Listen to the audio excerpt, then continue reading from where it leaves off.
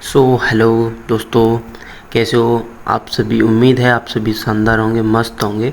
और आप सभी लोगों का आरआरबी एनटीपीसी का आज 8 अगस्त का सेकंड शिफ्ट के कुछ क्वेश्चंस जो हमारे पास आए हैं, लगभग आज के एग्ज़ाम के ही लगभग ये 40 क्वेश्चंस हैं। One by one in questions को कवर करेंगे। और जिन भी भाइयों का आगे की आरआरबी एनटीपीसी की शिफ्ट में एग्ज़ाम है, उनके लिए तो by the way most important रहने ही वाला है। लेकिन जो भी हमारे एसएससी के किसी भी एग्ज़ाम के आप टारगेट कर रहे हैं, उसके लिए भी ये मोस्ट इंपॉर्टेंट रहेगा ये सेशन। बिकॉज जो क्वेश्चंस हैं वो कहीं बाहर से नहीं आ रहे हैं, सब सिलेबस के अकॉर्डिंगली आ रहे हैं। करंट अफेयर्स के क्वेश्चंस जो आपको यहाँ से मिलेंगे वही अगले एग्ज़ाम्स में भी बिल्कुल देखने को मिलेंगे आपको 100%। और इस अगर आरआरबी एनटीपीसी के आज के पेपर की बात करें तो भाई इसका लेवल मॉडरेट टू हार्ड रहा है जीके का, ठीक है। क्योंकि इसके 40 क्वेश्चंस अभी हम आपको दिखाएंगे जस्ट वन बाय वन। आप देखेंगे कि उनका लेवल कुछ क्वेश्चंस का तो इतना है डीप जो आम बच्चे से नहीं होगा। लेकिन अगर आप हमारा एनालिसिस देख के जाते हैं तो आप लगभग 50 क्वेश्चंस में से आप आराम से 15 से 20 क्वेश्चन तो इस एनालिसिस को देख के ही कर देंगे, ठीक है। तो चलिए आगे बढ़ते हैं, बात करते हैं आज के फर्स्ट क्वेश्चन की, जो हमारा आज की 8 अगस्त की सेकंड शिफ्ट में आरआरबी एनटीपीसी में पूछा गया है। क्वेश्चन पूछा गया कि 38वें राष्ट्रीय खेल कहाँ आयोजित किए गए थे। ये पूछा गया था कल की शिफ्ट में, ठीक है। तो ये 38वें राष्ट्रीय खेल कहाँ पे उत्तराखंड में आयोजित किए गए हैं, सबको पता है। लेकिन आज जो क्वेश्चन पूछा गया है वो पूछा गया है in which city were the 38th national games inaugurated, यानी कि उद्घाटन 38वें राष्ट्रीय खेलों का कहाँ पे हुआ। तो मैं आपको बता देता हूँ कि 38वें राष्ट्रीय खेलों का जो उद्घाटन है वो देहरादून में हुआ है, ठीक है। तो देहरादून उसका करेक्ट आंसर था। सेकंड क्वेश्चन की बात करते हैं, फराजी आंदोलन किस क्षेत्र में हुआ था। ये सेकंड क्वेश्चन आपसे आज की शिफ्ट में पूछा गया। तो पूर्वी बंगाल में फराजी आंदोलन हुआ था, ठीक है। फराजी आंदोलन की शुरुआत और नेतृत्व 1819 में हाजी शरतुल्लाह के द्वारा किया गया था और ये पूर्वी बंगाल में हुआ था, ठीक है। वहीं बात करें अन्य कुछ आंदोलनों की, तो बहावी जो आंदोलन था वो शाह वालुल्लाह द्वारा स्टार्ट किया गया था। अहमदिया आंदोलन के प्रणेता यानी कि मुख्य नेता मिर्ज़ा गुलाम आज़ाद थे और ये 1889 में स्टार्ट हुआ था। अलीगढ़ आंदोलन की बात करें तो सर सैयद अहमद खान इसके प्रमुख नेता थे। आइए बढ़ते हैं नेक्स्ट क्वेश्चन की तरफ।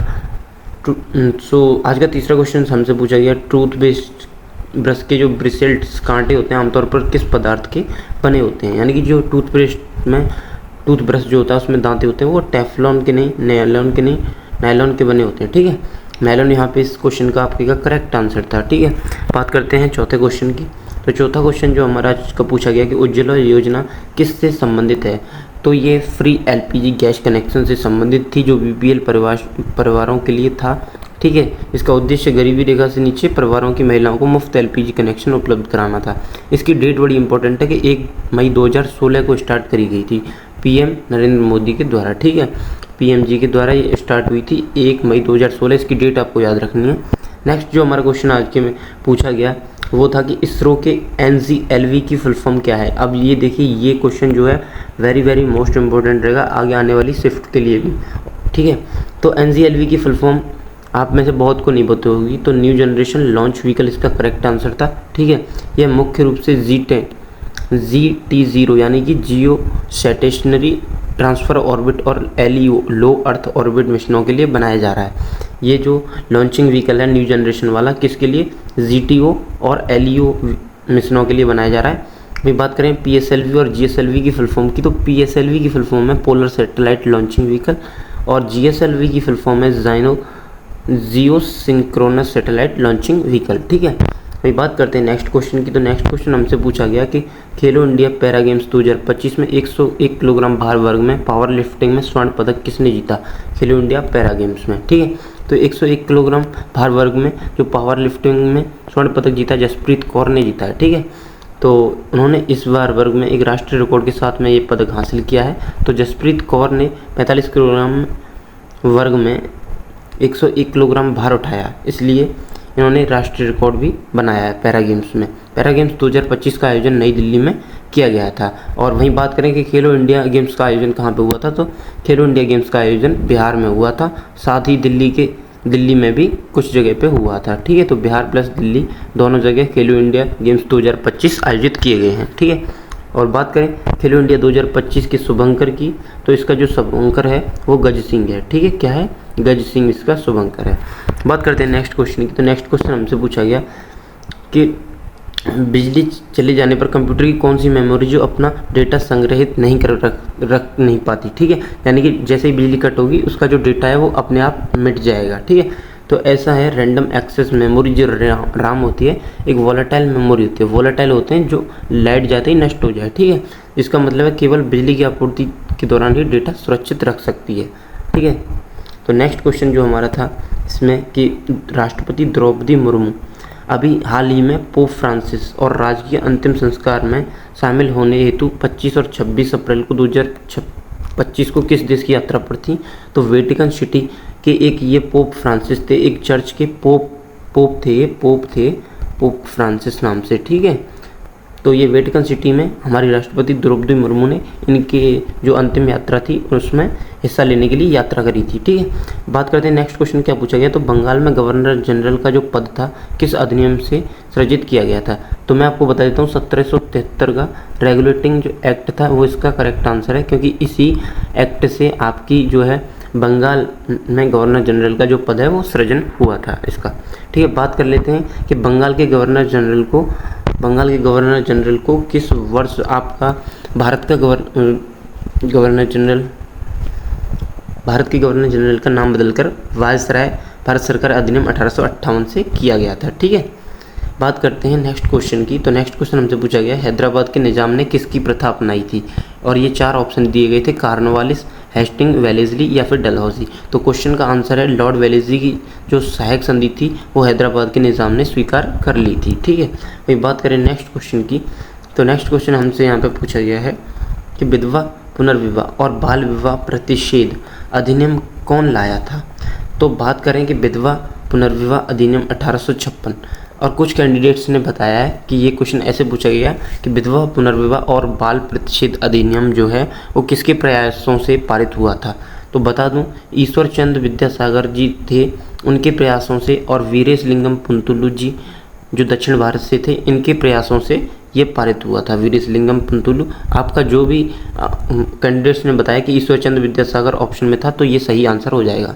बात करें इस अधिनियम की 1856 में ये पारित किया गया था और हिंदू विधवाओं के पुनर्विवाह को कानूनी इसने कर दिया था, ठीक है। और बात करते हैं बाल विवाह प्रतिषेध अधिनियम, ये कब का? ये 1929 का है। यह अधिनियम इसको शारदा अधिनियम भी कहा जाता है क्योंकि ये शारदा जी एक महिला थी जिनके प्रयासों से 1929 में पारित किया गया था। और इसी अधिनियम के शारदा एक्ट के थ्रू जो लड़कियों की विवाह की न्यूनतम आयु थी वो 14 वर्ष निर्धारित की गई थी, ठीक है। इसीलिए शारदा हरिविलास शारदा के नाम पर इस अधिनियम का नाम भी रखा गया था। 1929 में ये पास हुआ था, अभी बता दें, ठीक है। नेक्स्ट क्वेश्चन जो हमसे पूछा गया कि लूनी नदी का उद्गम राजस्थान के किस जिले से होता है? तो दोस्तों लूनी नदी का जो उद्गम है राजस्थान के अजमेर जिले की नाग पहाड़ियों से होता है, ठीक है। बात कर लेते हैं नेक्स्ट क्वेश्चन के ऊपर। नेक्स्ट क्वेश्चन यहाँ पे हमारा पूछा गया कि विश्व मौसम विज्ञान दिवस 2025 की जो थीम थी वो क्या थी? इसकी थीम पूछी थी, ठीक है। तो थीम यहाँ पे बात करें तो प्रारंभिक चेतावनी अंतराल को एक साथ बंद करना, ये इसकी थीम थी विश्व मौसम विज्ञान दिवस 2025 की। बात करेंगे विश्व मौसम विज्ञान प्रत्येक वर्ष कब मनाया जाता है? तो ये 23 मार्च को 23 मार्च को ये दिवस मनाया जाता है। नेक्स्ट क्वेश्चन यहाँ पे पूछा गया कि केरल सरकार ने आदिवासी बच्चों के स्कूल नामांकन के लिए कौन सी एक योजना है जिसकी शुरुआत की है, ठीक है। तो ज्योति योजना जो है 2025 में हाल ही में केरल सरकार द्वारा प्रवासी बच्चों को शैक्षणिक संस्थानों में नामांकित करने के लिए शुरू की गई है, ठीक है। बात करते हैं नेक्स्ट क्वेश्चन की। तो नेक्स्ट क्वेश्चन यहाँ पे हमसे पूछा गया कि माउस की मदद से फाइल को डिलीट करने के लिए कौन सा क्लिक करना होता है? तो बात करें, देखिए फाइल पर राइट क्लिक करना होगा सबसे पहले, उसके बाद में हटाने का ऑप्शन आएगा डिलीट का, और फिर आपको माउस का लेफ़्ट क्लिक यहाँ पे सेलेक्ट करना है, ठीक है। उसके बाद आपका जो फाइल है डिलीट हो जाएगी। बात करते हैं कि दोस्तों अगर आपने अभी तक हमारे चैनल को सब्सक्राइब नहीं किया है तो प्लीज़ ज़रूर से सब्सक्राइब करें, क्योंकि आपको आरआरबी एनटीपीसी की हर एक शिफ्ट के सारे क्वेश्चंस एकदम एक्चुअल आपको प्रोवाइड किए जा रहे हैं। सो प्लीज़ इतना तो बनता है कि एक लाइक करें और ज़रूर आप हमारे चैनल से जुड़ें, ठीक है। सो नेक्स्ट क्वेश्चन यहाँ पे पूछा गया कि निम्न में से कौन सा सॉफ्ट इंफ्रास्ट्रक्चर का एक उदाहरण है? ऑप्शन में दिया गया था पोर्ट, सार्वजनिक शिक्षा, पानी या फिर सप्लाई पाइप। तो यहाँ पे आपको मैं बता दूँ जो सॉफ्ट इंफ्रास्ट्रक्चर होता है इससे तात्पर्य है उन संस्थानों और सेवाओं से जो समाज और अर्थव्यवस्था का समर्थन करते हों, जैसे शिक्षा हो गया, स्वास्थ्य सेवा हो गया, कानून व्यवस्था हो गया, और शासन हो गया। ठीक है, तो यहाँ पे जो आपका राइट ऑप्शन था वो पब्लिक एजुकेशन यानी कि सार्वजनिक शिक्षा आपका सही आंसर था। ठीक है, नेक्स्ट क्वेश्चन की बात करें तो नेक्स्ट क्वेश्चन हमसे यहाँ पे पूछा गया कि आदित्य L1 मिशन का क्या उद्देश्य है। ठीक है, तो आदित्य L1 मिशन का उद्देश्य सूर्य का अध्ययन करना, खासकर सूर्य के कोरोना यानी कि जो सूर्य की बाहरी परत होती है उसका अध्ययन करना इसका उद्देश्य है। बात करें नेक्स्ट क्वेश्चन की, नेक्स्ट क्वेश्चन पूछा गया इंडियन फेडरेशन एसोसिएशन का मुख्यालय कहाँ स्थित है, तो ये नई दिल्ली में इसका मुख्यालय स्थित है। अब यहाँ पे एक कि जैव विविधता किस प्रोटोकॉल से शुरू किया गया था, ये क्वेश्चन भी आज की सेकंड शिफ्ट में पूछा गया है। तो जैव विविधता संरक्षण के लिए पहला वैश्विक समझौता जो था 1992 में संयुक्त राष्ट्र के पर्यावरण और विकास सम्मेलन यानी कि अर्थ समिट के दौरान रियो डी जेनेरियो में संयोजित किया गया था। इसे CBD यानी कि कन्वेंशन ऑन बायोलॉजिकल डाइवर्सिटी कहा जाता है। ठीक है, और इसी प्रोटोकॉल का उद्देश्य है विश्व भर में जैव विविधता का संरक्षण, सतत उपयोग और जैव संसाधनों का संरक्षण करना। देखिए नेक्स्ट क्वेश्चन की तरफ बढ़ते हैं कि ब्रोंस्टेड लॉरी सिद्धांत के अनुसार आपका अम्ल क्या करते हैं। तो देखिए ऑप्शन में आपके मतलब इसके थ्योरी से रिलेटेड आपके कथन से दिए गए थे, तो मैं आपको बता देता हूँ ब्रोंस्टेड लॉरी का जो सिद्धांत है वो क्या कहता है। तो ब्रोंस्टेड लॉरी के सिद्धांत के अनुसार अम्ल वे पदार्थ होते हैं जो किसी प्रतिक्रिया में प्रोटॉन H+ आयन डोनेट करते हैं यानी कि ये दाता होते हैं। ठीक है, डोनर होते हैं।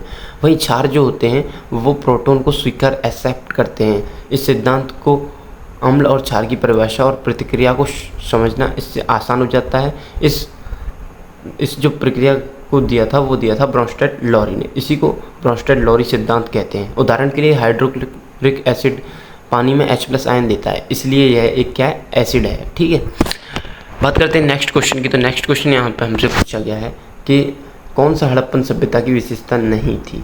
तो केवल सोने के आभूषण बनाए जाते थे, ये आपका जो कथन था वो गलत दिया गया था, तो यही आपको राइट आंसर था। ठीक है, हड़प्पन सभ्यता में चूंकि आभूषण सोने के अलावा तांबे, चांदी, शंख और पत्थर से भी बनाए जाते थे, इसलिए केवल सोने के आभूषण हड़प्पन सभ्यता की विशेषता नहीं है। ठीक है, बात करते हैं नेक्स्ट क्वेश्चन की। तो नेक्स्ट क्वेश्चन यहाँ पे हमसे पूछा गया कि ऐसी कोई वस्तु ध्वनि की गति के 4 गुना तेज चलती हो, मतलब साउंड की जो स्पीड है वो वस्तु के 4 गुनी हो जाए तो उसे क्या कहा जाता है। ठीक है, तो उसको सुपरसोनिक वेव्स कहते हैं, सुपरसोनिक साउंड कहेंगे। ठीक है, तो ये आपका सुपरसोनिक जो दिया था ये सही आंसर था। ठीक है, नेक्स्ट क्वेश्चन हमसे पूछा गया नागरिकता संशोधन अधिनियम 2019 के अनुसार किस देश के लोग 6 वर्षों के बाद भारत की नागरिकता प्राप्त करने के लिए पात्र हो जाते हैं। तो देखिए ये नागरिकता अधिनियम 2019 से क्वेश्चन पूछा गया है, जो बहुत ही अच्छा क्वेश्चन है। ठीक है, ऐसे क्वेश्चंस को हर कोई मतलब जो कैंडिडेट हैं वो अटैम्प्ट नहीं कर पाते।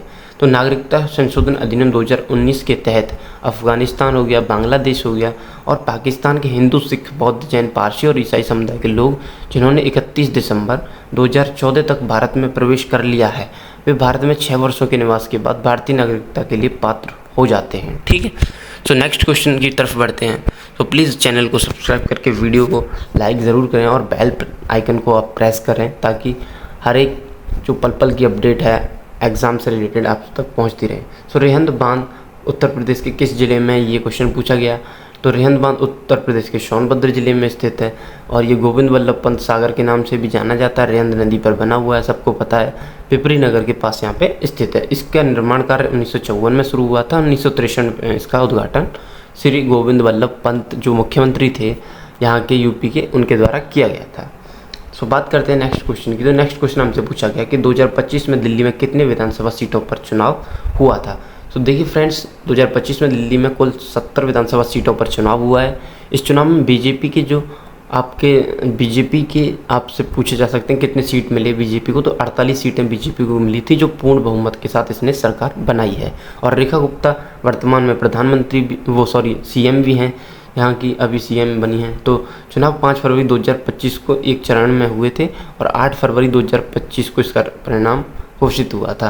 आम आदमी पार्टी को 22 सीटें मिली थी यहाँ पे। ठीक है, नेक्स्ट क्वेश्चन की बात करें तो नेक्स्ट क्वेश्चन हमसे पूछा गया कि यहाँ पे निर्वाह कृषि क्या है, मतलब सबसिस्टेंस एग्रीकल्चर क्या है।